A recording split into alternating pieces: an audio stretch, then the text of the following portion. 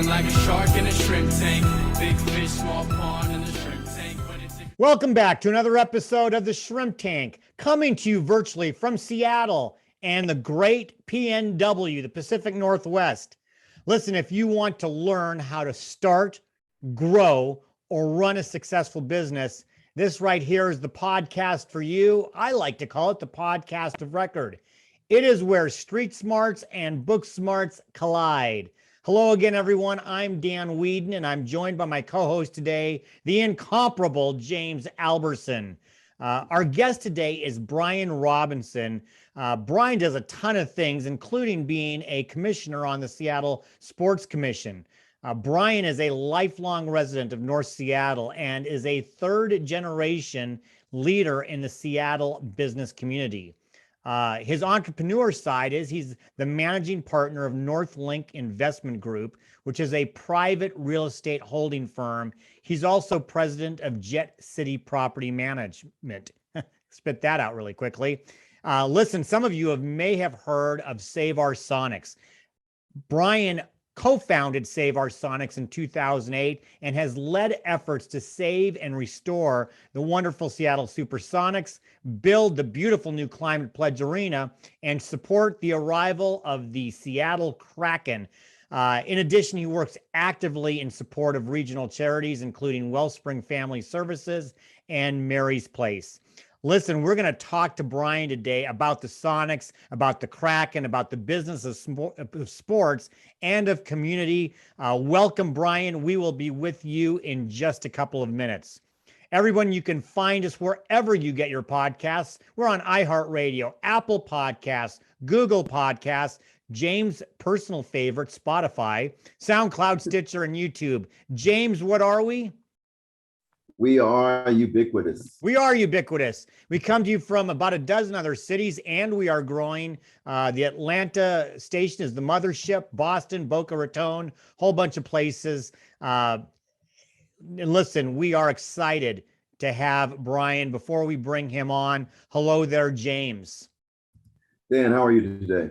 I'm doing great. You know, James, you and I, we're contemporaries. You're a little bit younger than me. We're about the same age. We're both in our 50s. You're early 50s, probably. I'm a little bit later, but we grew up in the 70s and 80s, correct? Right. You remember watching the news back in the 70s when there was only like 3 channels, right? Exactly. Right. And I actually am old enough to remember Walter Cronkite breaking in and saying, "We've got some breaking news." Do you recall that? Oh yeah, I remember Walter. We're coming in with some breaking news. That was probably a horrible imitation, but yes, I do remember Walter Cronkite very well. Yeah, that you won't be showing up live at Vegas as a rich little type. I don't think I will not have my Vegas show of impressions. No, but not even. The point is, if you were like me when Walter Cronkite or Dan Rather or whoever it was came on with breaking news, you kind of had to stop and listen, right? Well, you know, I was a kid, but I guess it all depended on how interesting it seemed to be or what else. James, you got to work with me, brother. James, you got to work with me. You were excited. You had to stop and listen, right? Oh my goodness, I dropped everything, Dan, and wanted to see what was going on. Well, James, you got to drop everything now. We've got breaking news, and I'm not even going to attempt a Walter Cronkite imitation. But when we bring on Brian Robinson, Brian's got some news, and literally, as we're here at 12:04 p.m. Pacific Standard Time, on the 12th of January, I had a notification come through that I'm going to let Brian share. Brian, first of all, welcome to the Shrimp Tank. We're glad to have you. I'd like you just first of all to give us what this great breaking news is and what do you have to do with it? Well, thanks for having me. Appreciate it. And our breaking news of the day is the relaunch of Bumbershoot, which we're really excited about. I am involved as a commissioner for the Seattle Center Advisory Commission, which is a mayoral appointed position. We help the Seattle Center make good business decisions, and it's really important to us right now that we come out of this pandemic in a way that lead Seattle back to people coming downtown and back to people being entertained and back to people gathering. The Seattle Center is Seattle's place to gather. And obviously that's been inhibited the last couple of years. So we have announced today that we have selected a new producer to bring back Bumbershoot, which is a big part of every Seattleite's childhood. And it's the start of a journey to bring Bumbershoot back in 2023, bigger, better, different, and a lot more challenges. So Brian, I know that James and I have been around. Well, at least, especially I know I've been here my whole life, and I'm very familiar with Bumbershoot. For some of those who may be listening to this that maybe are newer to the area, don't have the whole experience of what Bumbershoot is, talk a little bit about the festival itself. Sure, absolutely. Bumbershoot's been a Seattle Center institution, a Seattle institution since the 70s. Most of us grew up going to it. It was one of those weekends, the Bite of Seattle and Bumbershoot, where every kid went downtown with their parents, generally value tickets. Bumbershoot is a celebration of Seattle arts and music.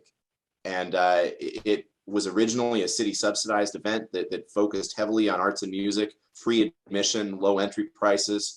For the last 10 years or so, operated by a local organization called One Reel, and then later operated by AEG. We saw it transition into more of a traditional music festival with higher ticket prices and larger scale stars. AEG's contract to manage it ran out in 2020. Coincidentally, we had the pandemic that same year, and it hasn't happened in 2 years. But it's relaunching with a new commitment to get back to its roots and be a symbol of Seattle arts and Seattle community gathering going forward. Brian, these things sometimes can take some time to, from the start of, even from the announcement of the launch. We know a lot of things are happening in the background. Are you saying that, come September 2022, that was around the time frame or so, that we can expect Bumbershoot to be back, back in business? Nope, it's not going to happen in 2022. We're targeting 2023, and I'll just say, really, we've been working on this for about 6 months. The people who are going to produce it, an incredible local group of local music producers and people who are really invested in Seattle arts, led by Steven Severin of Numos. We want to do this right, and we think that the Bumbershoot is critically important to Seattle culture, and has been on the ropes and on the edge for a long time. And so we're not hiding from the adversity. We're going to do it bigger, better. Bumbershoot is going to be a 365-day-a-year part of Seattle culture. It's going to have offshoot events in different arts and different festivities year-round at the Seattle Center and off the campus. And so, and then it's going to culminate in an annual music festival, the first of which will be 2023. So we will have events for Bumbershoot in 2022, but the actual music festival will return September 2023. Right. So Brian, we're going to talk moving on this podcast about sports. We're going to talk about the Kraken. We're going to talk about the Sonics and all of that. But as we're just kind of finishing off on the great announcement and news about Bumbershoot, talk a little bit about the relationship between festivals like Bumbershoot, cultural things, and these family of human events. How does that improve the business community in and around Seattle? What kind of an effect is there? Well, I think obviously we've seen over the last 2 years that things don't work as well if people don't come downtown. Our restaurant communities that support our downtown businesses and our downtown offices, they aren't as vibrant. And when you have an absence of people, you tend to get a proliferation of problems. So on the Seattle Center Advisory Commission, our leadership, we really believe that we can play a key role in reactivating downtown. We think Climate Pledge Arena and the Kraken arriving when they did can play a key role. And so we're gonna lead, and we're gonna bring people downtown, and we're gonna show everybody that you can come downtown and that it's safe and that it's fun. And we think that that's gonna inspire businesses to come back downtown and get us back on track post-pandemic as things clean up. Well, Brian, you mentioned what you said made me think of a couple of things. During, of course, this whole time of pandemic and COVID, I think a lot of people are are thinking, well, one day it's just going to get right back to normal or like it used to be. I'm not one of those people. I think we're forever changed in some kind of way, maybe in 10 years, 5 years, I don't know. But, talk to us about, how that consideration, even, 2023 will be here before you know it. And do you think that it will have an effect on, kind of it ramping up, or do you feel like, hey, I'm focusing, I know you said 365, but the music festival, the thing that most people think Bumbershoot is, I'm curious if you think that, hey, you know what, it'll just shoot out of a cannon, or I don't think anything about reopening is easy. I think it's going to take a lot of work. I think anybody who's trying to reopen their office right now knows there's a lot of work involved. Anybody who's trying to make plans to travel 6 weeks out or 12 weeks out knows that it's a lot of work and there's a lot of uncertainty. So there is nothing that we take for granted right now. But I do think there's an incredible appetite that you can see from the Kraken's early season success, that people are anxious to get back together. And so my thinking's kind of evolved. I kind of thought it would be a slower process than it was. And we've seen kind of some stops and starts over the last 8 months or so. But when it starts, people want to get out, people want to see their friends, and people want to do stuff. So I think that whatever's safe at the moment, and whatever we can do, there's going to be a good appetite. And again, when people go out and they have that safe experience, it's going to get them to go out more, which is a good thing for our city and for our economy. So I hate to leave Bumbershoot, but there's so much I want to talk to you about, Brian. So I'm gonna go back to something I would have normally started this entire podcast off. I first started watching the Seattle Supersonics in 1973. I remembered I was in third grade. Went to my first Sonics game in 1976 and was crushed when they left. In fact, the last Sonics game I went to at the Key Arena, I was actually able to get courtside seats because I'd done some work with the Sonics, and one of the compensations was some courtside seats. And that was my last game. And I'm hoping that won't be the last game. I will talk a little bit more about that. But in 2008, you co-founded Save Our Sonics, which started out at the time as a very much grassroots type of a thing. And it grew and it developed into a lot of things. Can you share with us everything about how you started Save Our Sonics and what it's turned into? Yeah, I don't know that I have the time to share everything about how we started, but the team was actually sold in July of 2006, prior to the move in 2008, and we formed. I was a blogger, podcaster before, back in the day, and I was actually down with the team in training camp doing blogs, and returned up to this press conference where they announced the team had been sold. And I believe the scene was sold on a Friday, and by Tuesday we had founded Save Our Sonics and were handing out flyers at a Storm game that evening. It developed incredibly fast. It was a wild ride for everybody involved. A tremendous group of friends and volunteers who had never met each other formed this organization that all of a sudden was interacting with the governor, and we flew to New York and we're meeting with the league offices and meeting with some very wealthy people and big leaders of the community. And, I think fought a really admirable fight. Sometimes you're fighting the tide and you can't win, but we stepped up and we did our best. And when the team left, we continued trying to stay involved. And it's funny because over the years, it went from Save Our Sonics to Sonics Gate. We formed a group called Arena Solution. We had some big campaigns in 2010, 2012. We took a bunch of shots at, there's, well publicized efforts for arenas. And there have also been efforts that haven't been so publicized that we've been really involved in trying to be supportive of, to bring a team here. So it's just kind of been an amazing ride. And then that got new legs in about 2016, when the current group of Kraken ownership arrived with Tim Lawicki and the Oku group to renovate what was then Key Arena into Climate Pledge.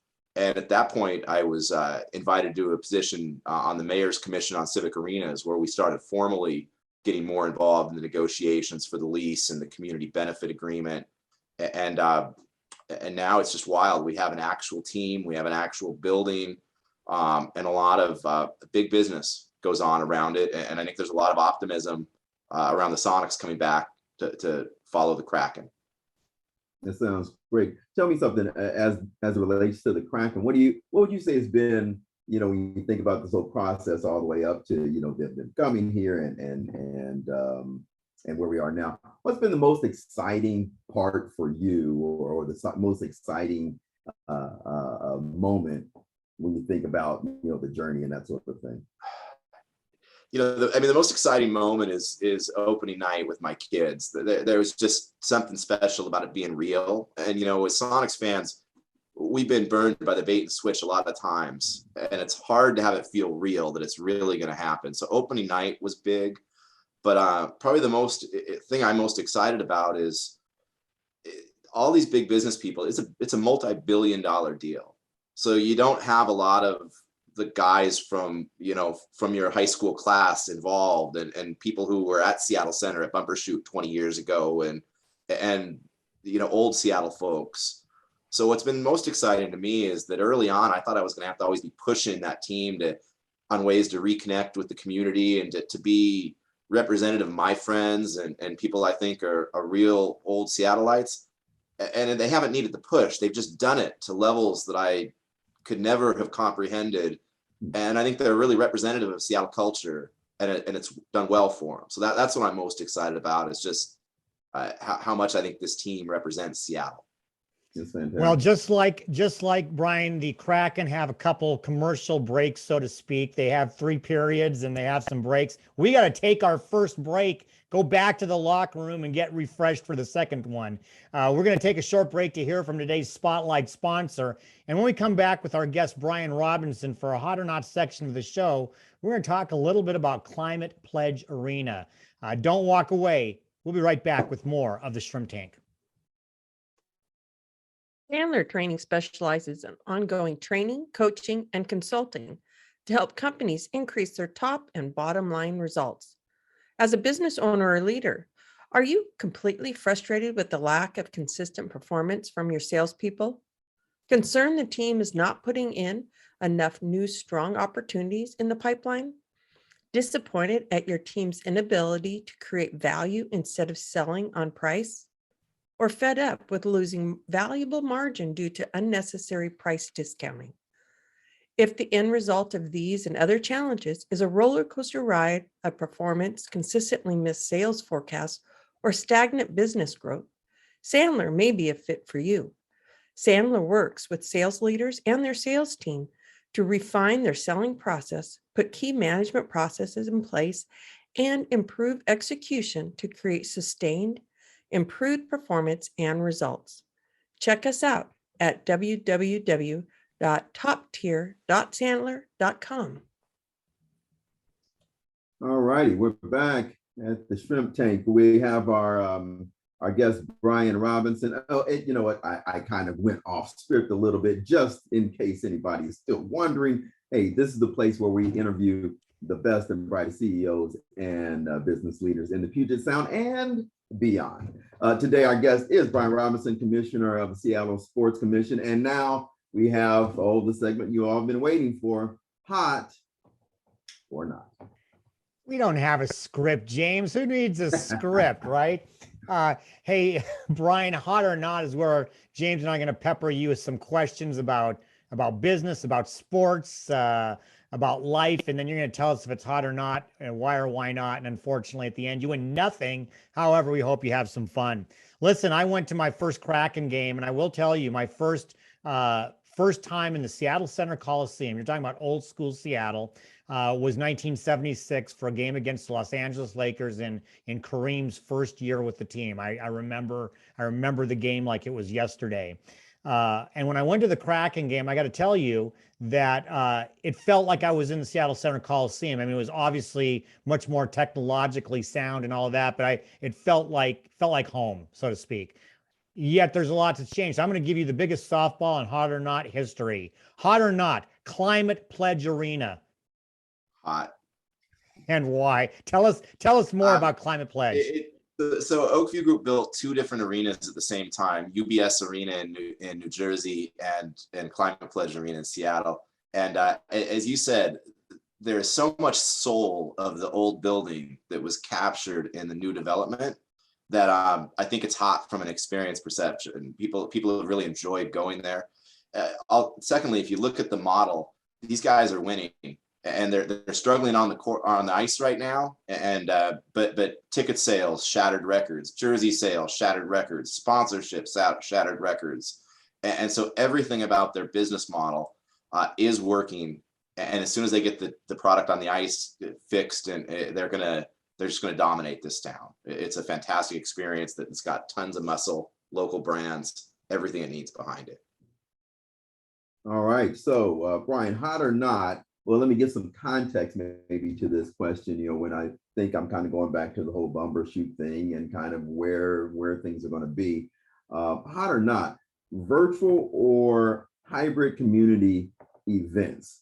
There's, I think in this world, we've discovered the things we used to just only do in person. All of a sudden, we can manage to do a little bit of both. So, hot or not, virtual or hybrid community events?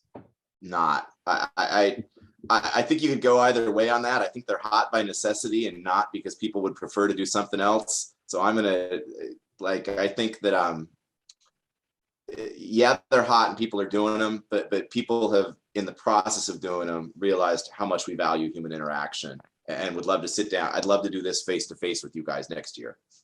Okay.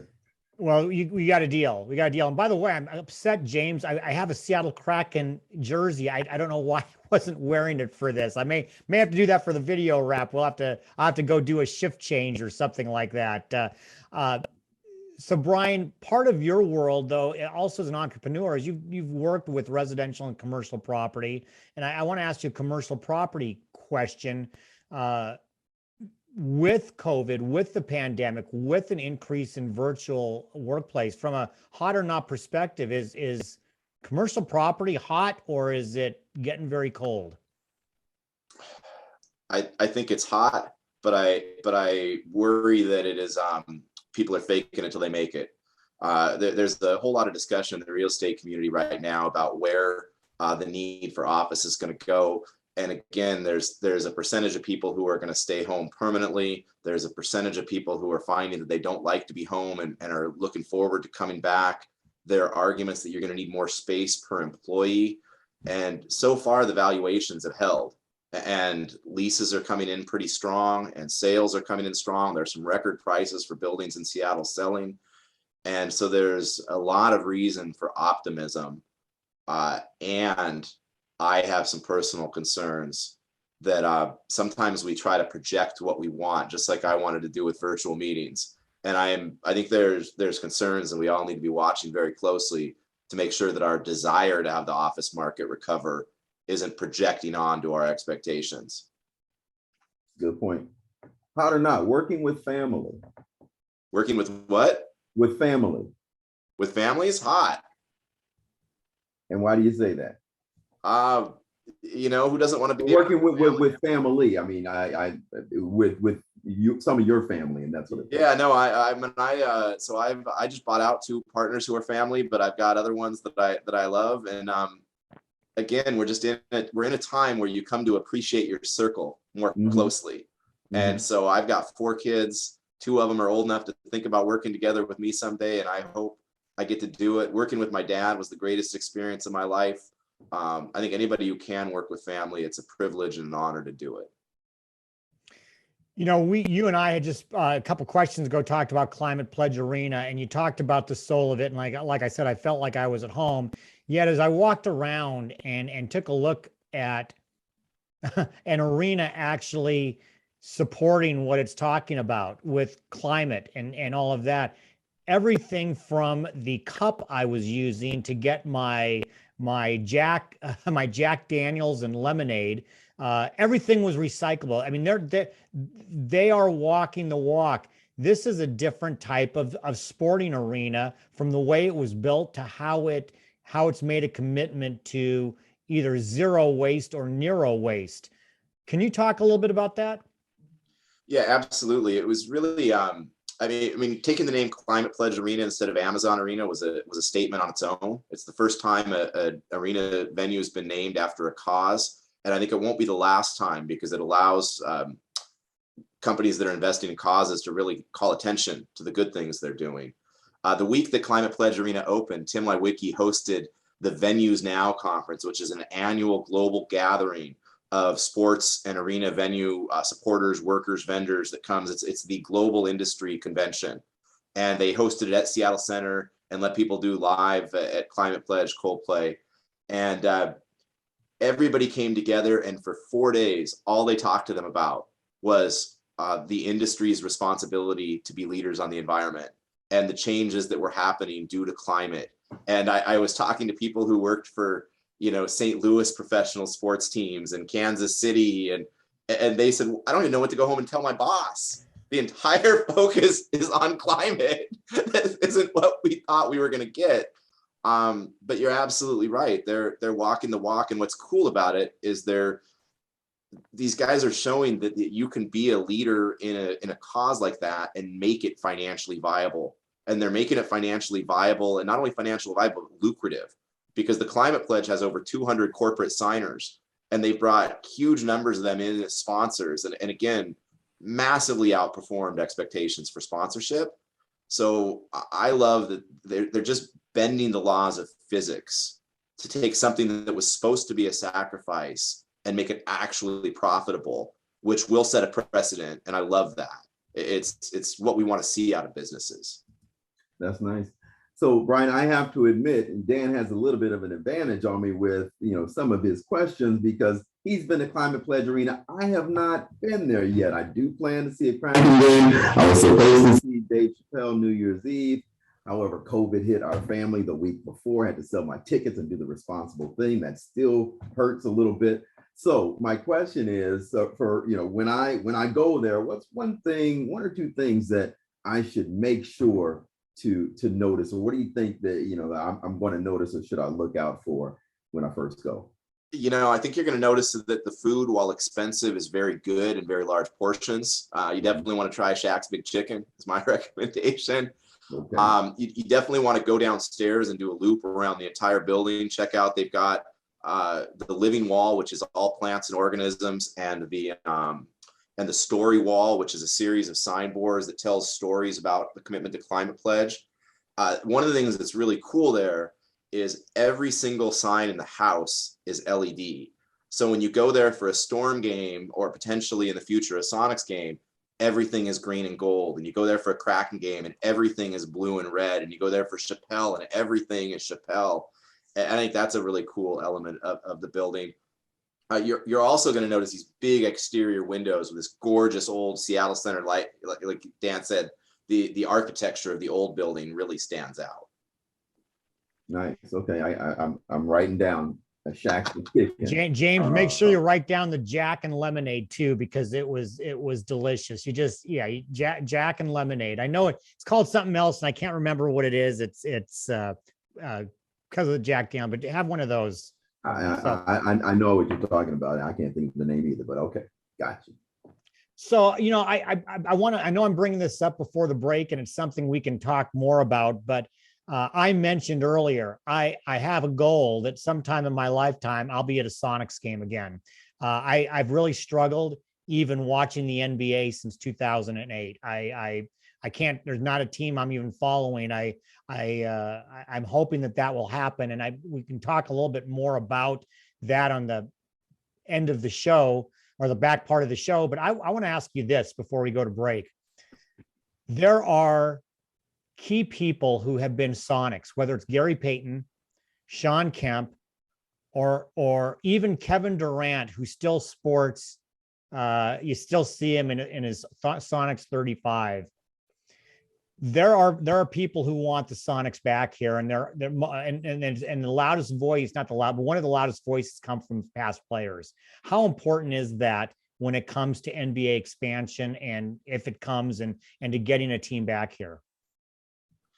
I think the enthusiasm is definitely important. That there's a message that is needed to be sent, that the market is not weaker because of the team's departure, that our passion is still strong and still greater, and we haven't been turned off. the players and the kind of celebrity voices play a role in that. But it's not as important as the overarching goal of building an arena that could host the team and having an ownership group prepared.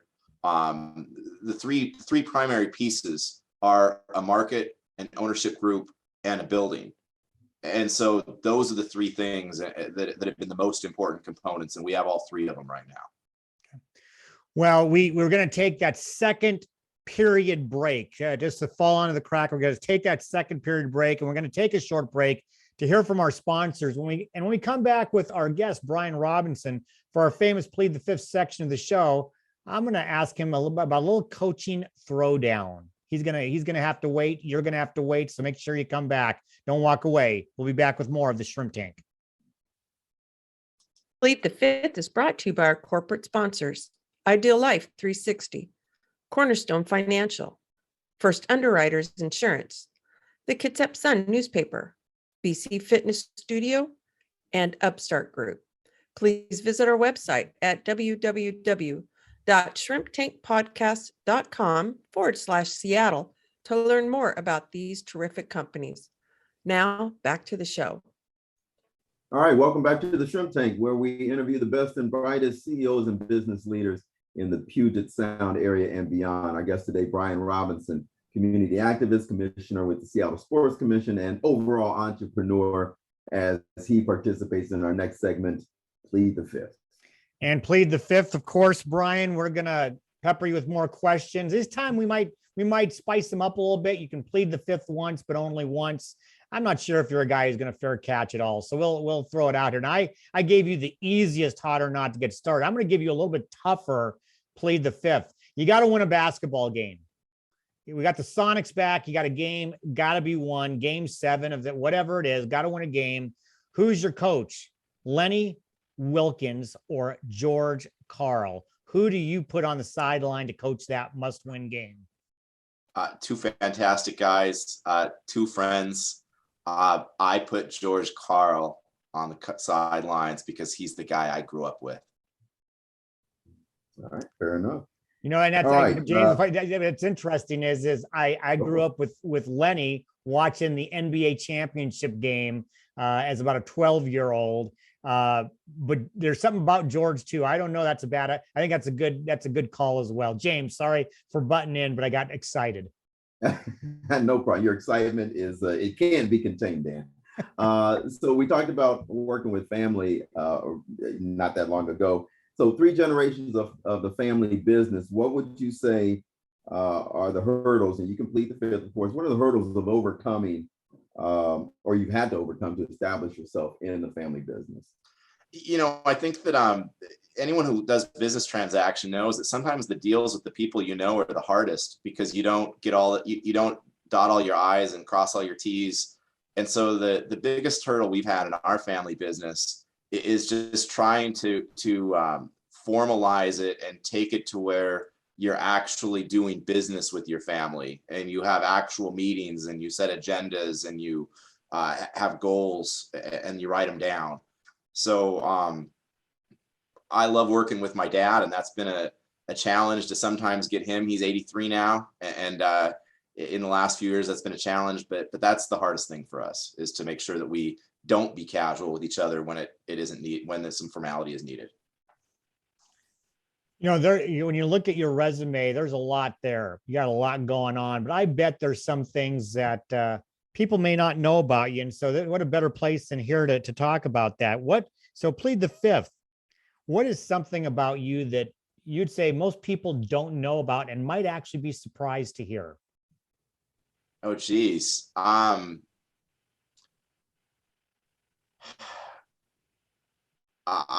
don't know. That's a really tough one. I don't want to plead the fifth, but I kind of try to be an open book.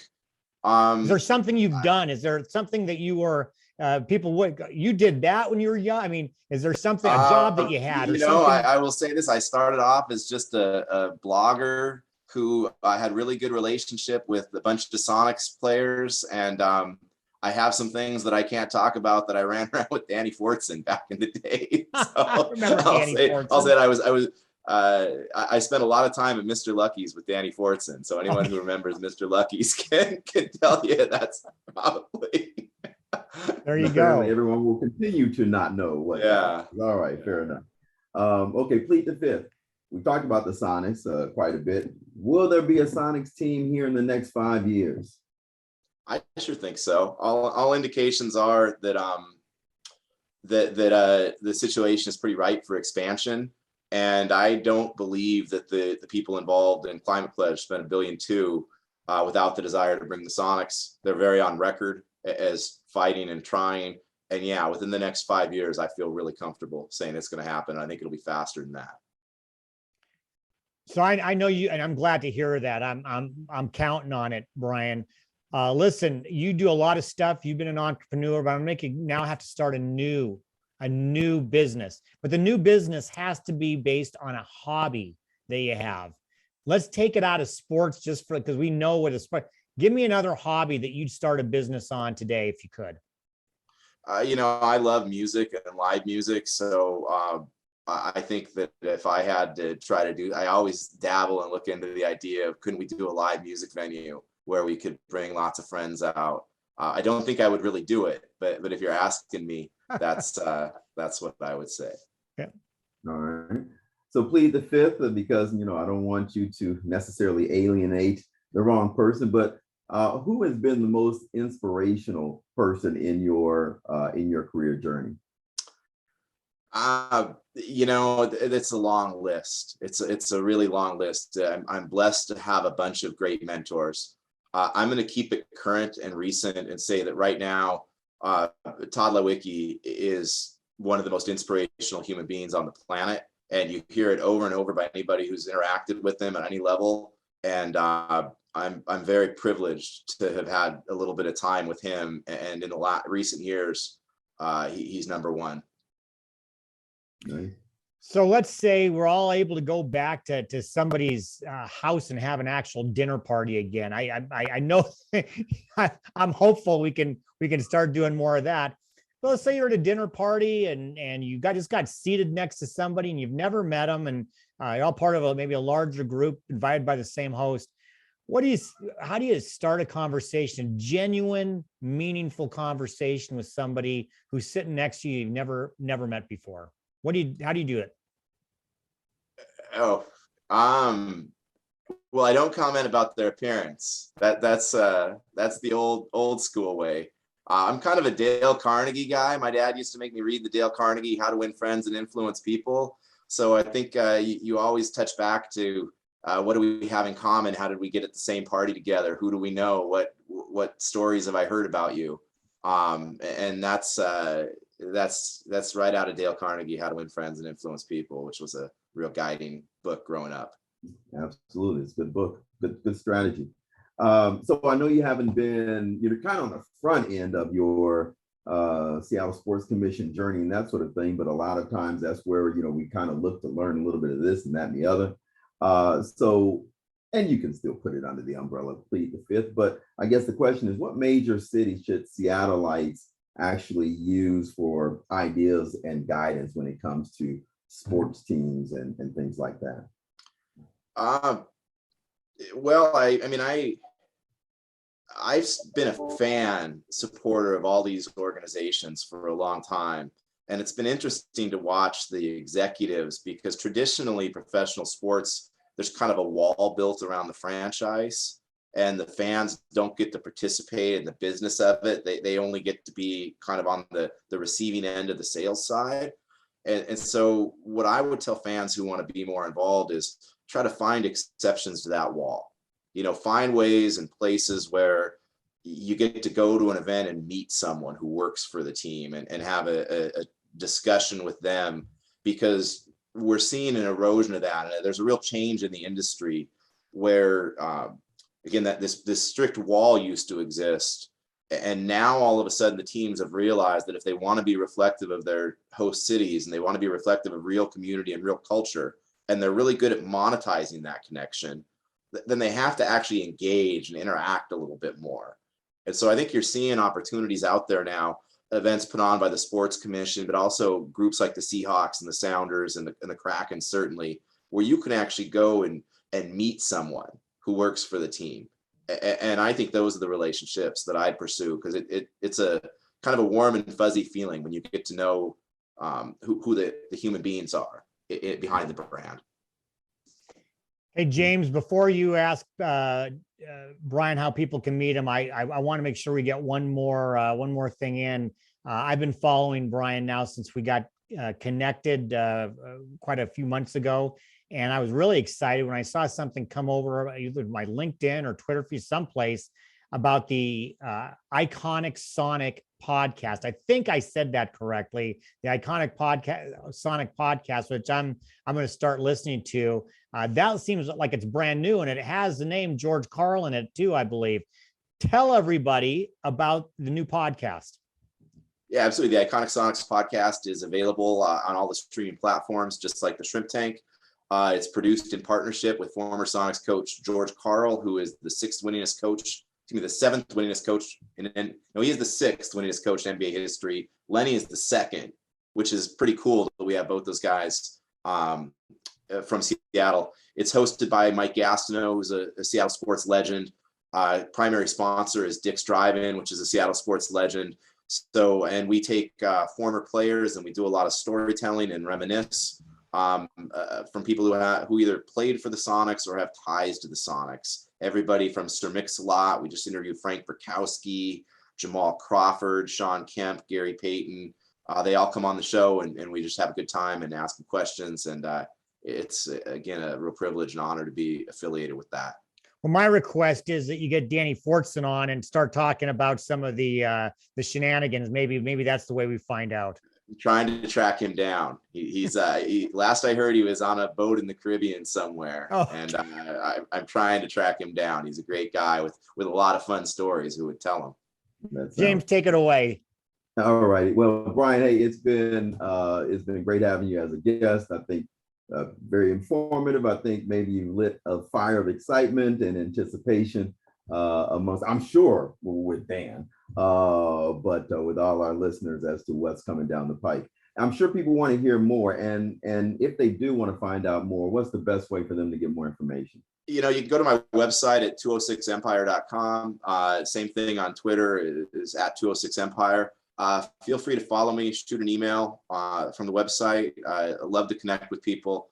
It's a big part of what I do. So anyone can reach out there. Fantastic.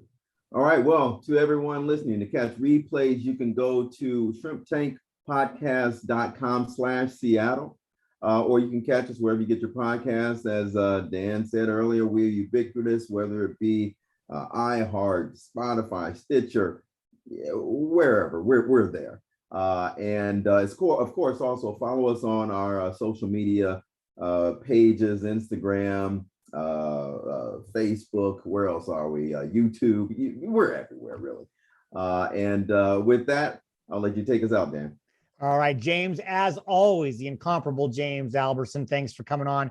Brian, had a great time. Next time I'm going to the Kraken game, I'll let you know. We got to get together and talk some Sonics and Kraken and all of that. Maybe have an adult beverage at the same time. So hopefully we'll be able to do that soon. Listen, everybody. Lemonade. Oh, what's that? That's what it's called. Lynchburg lemonade. Jack and lemonade. James slid in under the tag with that. Way to go, James. Love it. Yeah, perfect. That's at Lynchburg lemonade. That's right. All right. So where was I? Oh yeah, we got a script, James. Listen, everybody, our next show is we come every Wednesday, Facebook live streaming. Our next show is going to be Wednesday, January the 19th. Our guest will be David Weaver with the Forgotten Art Project. Phil Simchich will be my co-host that week. We've had a great time today. Hopefully you will join us again. But in the meantime, please be safe, be well, and be prosperous. Because until next week, the shrimp is back in the tank. So long. I've been feeling like a shark in a shrimp tank. Big fish, small pond, and